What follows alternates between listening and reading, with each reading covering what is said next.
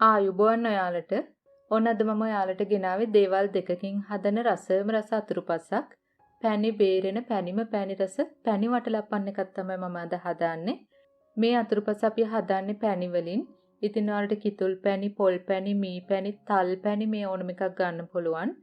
ඉතින් හරිම ලේසි අමුද්‍රව්‍ය දෙකයි. අපි දැන් බලමු කොහොමද හදන්නේ මොනවද අපිට ඕන කරන්නේ කියලා.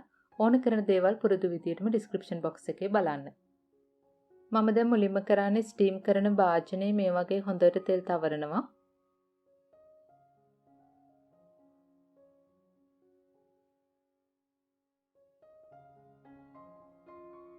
ඊළඟට ඔයාලා කැමති නම් පැණි චුට්ටක් මේ වගේ යටටම දාගන්න පුළුවන්.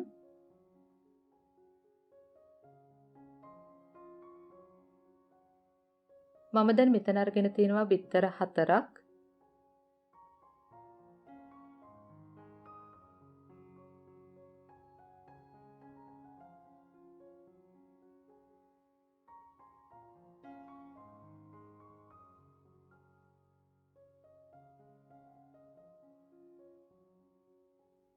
බිත්තර ටිකට ඔයාලා කැමති නම් ලුණු පිංච් එකක් එකතු කරන්න පුළුවන්. ඊළඟට බිත්තර ටික හොඳට ගසා ගන්න.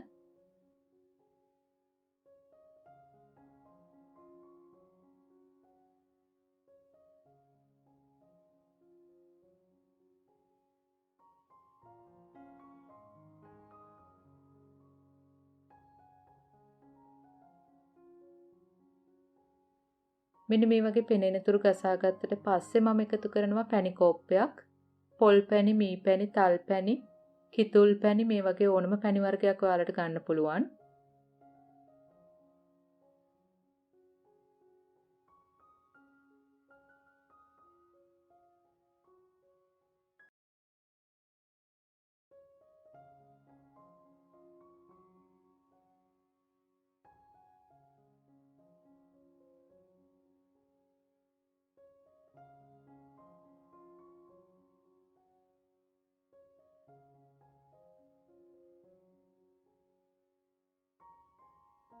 දැන් අපිට පුළුවන් ස්ටීම් කරන භාජනයට මේ වගේ හොඳට පෙරා ගන්න.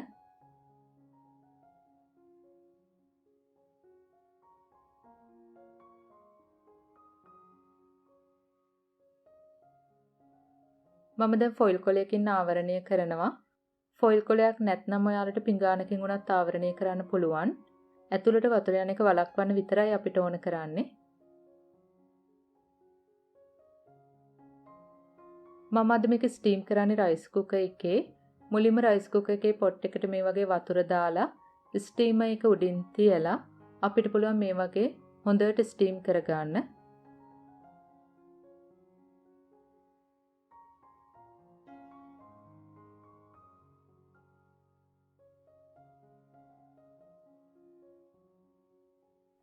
සාමාන්‍යයෙන් විනාඩි 30ක් 40ක් වගේ ඔයාලා මේක ස්ටීම් කරගන්න.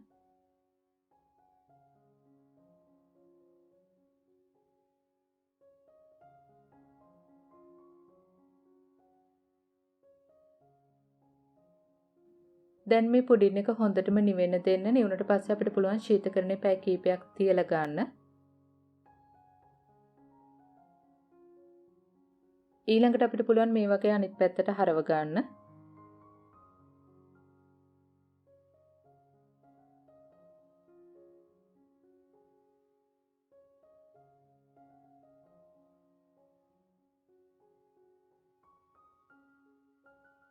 මේ පුඩින් එක 8 දිනකට සෑහෙනවා. මේ වගේ කෑලි 8කට කපා ගන්න.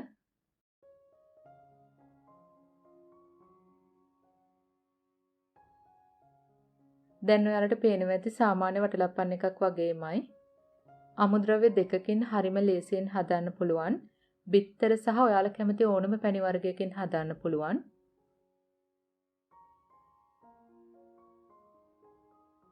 ඉතින් මම දැන් ඔයාලට පෙන්නන්නම් මේ පුඩින් එකේ ස්වභාවය කොහොමද කියලා. මෙන්න මේ වගේ සිදුරු එක සාමාන්‍ය වටලප්පන් එකක් වගේම තියෙනවා. ඉතින් පුංචි වෙලාවකදී හරිම ලේසියෙන් රයිස් කුකර් එකේ හදාන්න පුළුවන්. ඉතින් ඔයාලත් හදලා බලන්න. මේ වීඩියෝ එක ගැන ඔයාලට ගැටළු යෝජනාවක් තියෙනවා නම් පහලින් කමෙන්ට් එකක් දාන්න.